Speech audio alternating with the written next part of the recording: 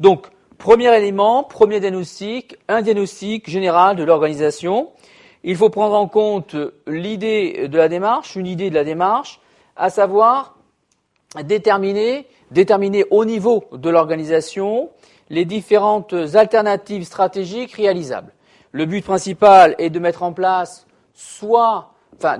une stratégie, on est bien d'accord, une stratégie soit sur l'ensemble de l'entreprise, on parlera de groupe, soit sur un DAS, un domaine d'activité stratégique. Nous verrons ensuite que la notion de DAS est un petit peu battue en brèche par tout ce qui est notion, c'est-à-dire de pôle de compétences. Donc, déterminer une alternative stratégique réalisable liée, si vous voulez, au diagnostic concurrentiel. Donc, l'idée principale, on a déjà vu le diagnostic concurrentiel pour ensuite déterminer, si vous voulez, cette alternative stratégique. Pour cela, il faut connaître l'ensemble des forces, si vous voulez, de l'organisation. Quelles sont ces forces à connaître? Eh bien, tout simplement les forces opérationnelles, on est bien d'accord, financières, techniques, commerciales, humaines et organisationnelles, à savoir la structure de l'entreprise. Donc, nous avons ici une démarche relativement rationnelle.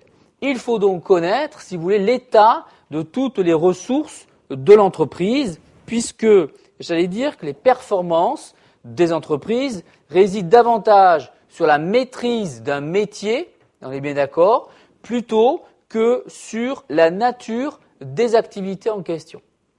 Un métier permettra d'avoir un socle qui nous permettra ensuite de déterminer, si vous voulez, une articulation de l'activité, alors que l'activité en elle-même a besoin donc d'un métier.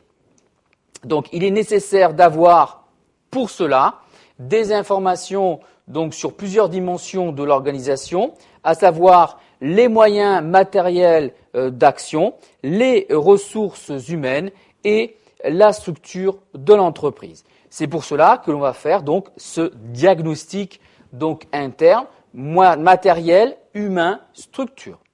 Ainsi, les audits peuvent être menés au sein d'une organisation. Le but est d'évaluer, toujours cette notion intéressante, les forces et les faiblesses de chaque fonction, chaque service de l'organisation. Et nous connaissons depuis Porter qu'il existe des fonctions principales et des fonctions secondaires.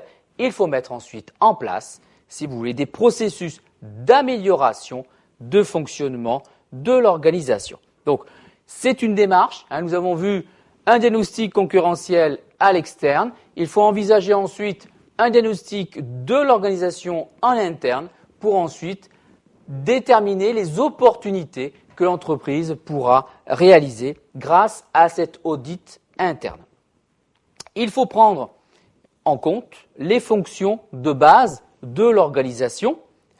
Et ici, si vous voulez, il faut envisager ou apprécier les atouts et les handicaps donc des trois fonctions de l'entreprise, et cela sous forme, si vous voulez, de questionnement, de questions. La première fonction, la production, nous verrons ensuite le commercial et enfin le financier. La production par rapport à cette prise en compte, je le répète, de la fonction de base de la production, à savoir la capacité, quelle capacité de production je vais mettre en place, quelle qualité je vais prendre en compte, quelle flexibilité d'adaptation je vais obtenir, quel stock et flux je dois avoir, la composition, quelle est la composition des immobilisations corporelles et incorporelles, et enfin, quel investissement matériel et immatériel je dois mettre en œuvre. On a ici, si vous voulez, un questionnement sur la fonction production pour déterminer les atouts et les faiblesses, les handicaps de l'entreprise. Ensuite, il faut envisager, si vous voulez, tout ce qui est appréciation de la fonction commerciale. Quel potentiel je vais mettre en place de ma force de vente? Quel réseau de distribution je vais mettre en place? Et puis pour terminer, le nerf de la guerre, à savoir le financier, la finance, sous forme toujours de questions. Quels fonds propres ou étrangers sont mobilisés pour la mise en œuvre de la stratégie? Ensuite, quel est mon niveau d'endettement possible? quelle est ma solvabilité, quels sont les risques, quels sont les coûts de conception, de production, de distribution des produits et des services par rapport à cette stratégie envisagée, et ensuite, quels sont les niveaux de rentabilité, de profitabilité et de valeur ajoutée au regard de cette activité actuelle ou envisagée. Il est clair que là, vous avez un contrôle de gestion qui jouera un rôle important. Donc ici, prise en compte dans ce diagnostic de l'organisation des trois fonctions de l'entreprise dans un certain type, une sorte de questionnement, donc fonction de production, fonction commerciale et fonction financière. À côté de cela, si vous voulez, vous avez une valeur intrinsèque de l'entreprise. Quelle est cette valeur intrinsèque de l'entreprise qui va nous permettre, d'avoir un avantage concurrentiel par l'intermédiaire de quoi? De la structure dynamique de l'entreprise. Quel type de structure on a effectivement et quels sont surtout les outils de coordination d'acteurs qui seront mis en place. Le but, c'est qu'elle soit capable de réagir et de s'adapter. Pourquoi? Parce qu'une organisation, et c'est, je pense, un préalable indispensable à toute mise en œuvre d'une stratégie, une organisation performante, bien gérée, peut être le fondement, doit être le fondement d'un choix stratégique. C'est pour cela qu'on a un préalable indispensable, c'est le diagnostic de l'organisation, puisqu'il va falloir gérer cette organisation pour mener à bien ensuite la stratégie choisie. Il faut donc, se poser les bonnes questions. Se poser les bonnes questions, il est donc nécessaire d'évaluer le mieux possible les capacités donc de l'organisation en se posant quelques questions.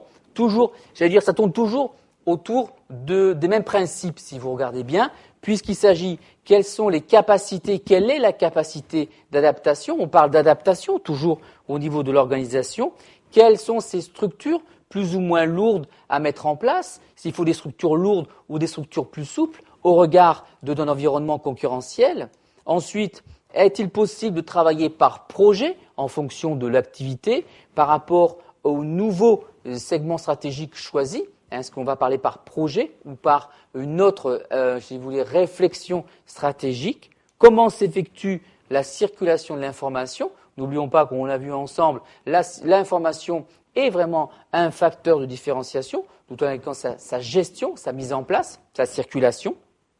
Quelle est cette qualité de communication? Quels sont les atouts et les handicaps des systèmes d'information, bien entendu, par rapport au segment choisi, au domaine déterminé? Tout dépend également de savoir quel type de stratégie on va mettre en place, une stratégie globale ou une stratégie par DAS.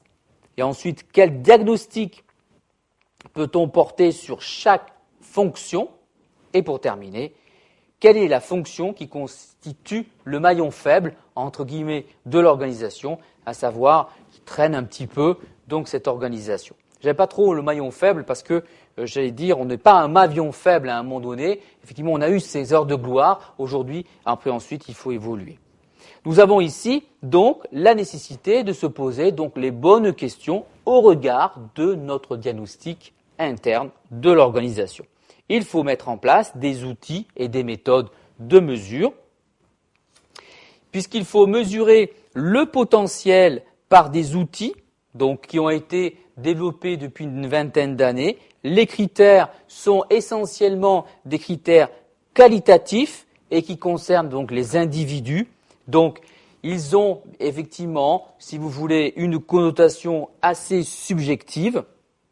Mais parmi ces méthodes, on peut citer l'analyse des structures et des systèmes d'information, mais également le diagnostic des fonctions qu'on vient de voir, l'analyse de la valeur, et là on parlera de porteur, l'analyse des dysfonctionnements, le bilan social, et ce qui est important et souvent négligé, c'est un diagnostic culturel, et ensuite la prospective des métiers, etc., à savoir quel métier va être émergent dans le futur. Nous avons vu ici, véritablement, si vous voulez, la notion générale de l'organisation, le diagnostic de cette organisation, hein, ce qui est important et comme vous pouvez voir, on a repris certains vocabulaires qu'on a déjà vus dans des modules antérieurs et c'est pour ça que je dis que c'est un module terminal qui va nous finir cet raisonnement sur le diagnostic de l'organisation.